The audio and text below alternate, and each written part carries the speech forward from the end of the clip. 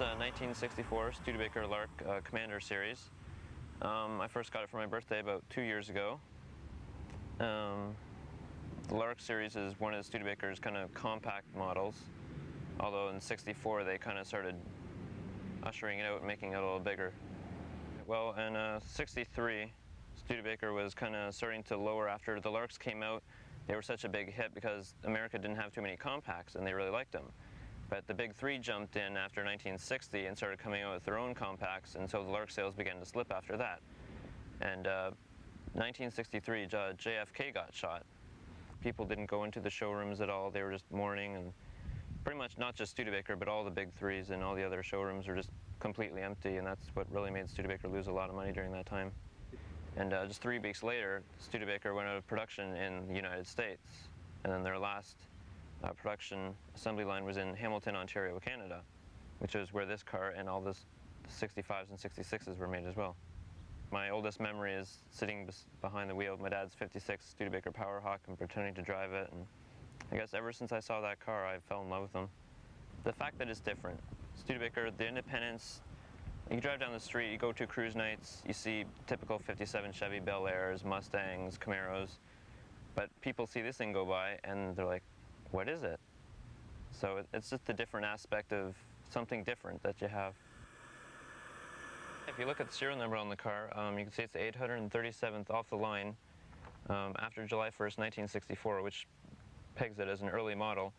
However, it was made on March 9th, 1964, which shows you how low production Studebaker actually had back then. You look at the dash, you can see how uncluttered it is, as back in the 60s, lots of cars had gauges and lights and different buttons to work the gauges, but you can see that it's nice and uncluttered and really easy to read. Studebaker of Canada logo here, which really want to emphasize its Canadian heritage here. You can see by the headlights and instrument light switches, nice, easy to use, as well as the fan and wiper. The dash itself is padded, which is a really safety feature that they really emphasized as well back then. And the steering wheel is completely white, where low production Canadian models had the completely white steering wheel, where it wasn't like a two-tone. And again, the Circle S, which you see all over the car, which again, they really want you to get into the Studebaker feeling, I guess.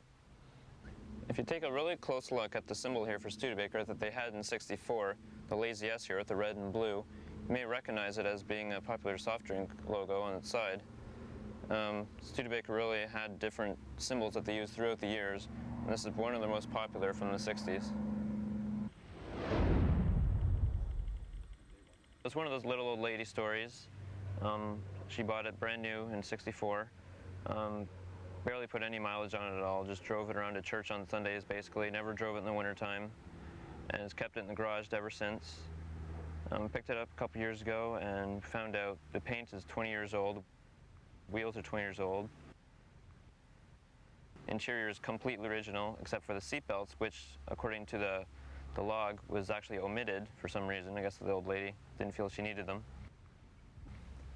Pretty much it's all original, yeah.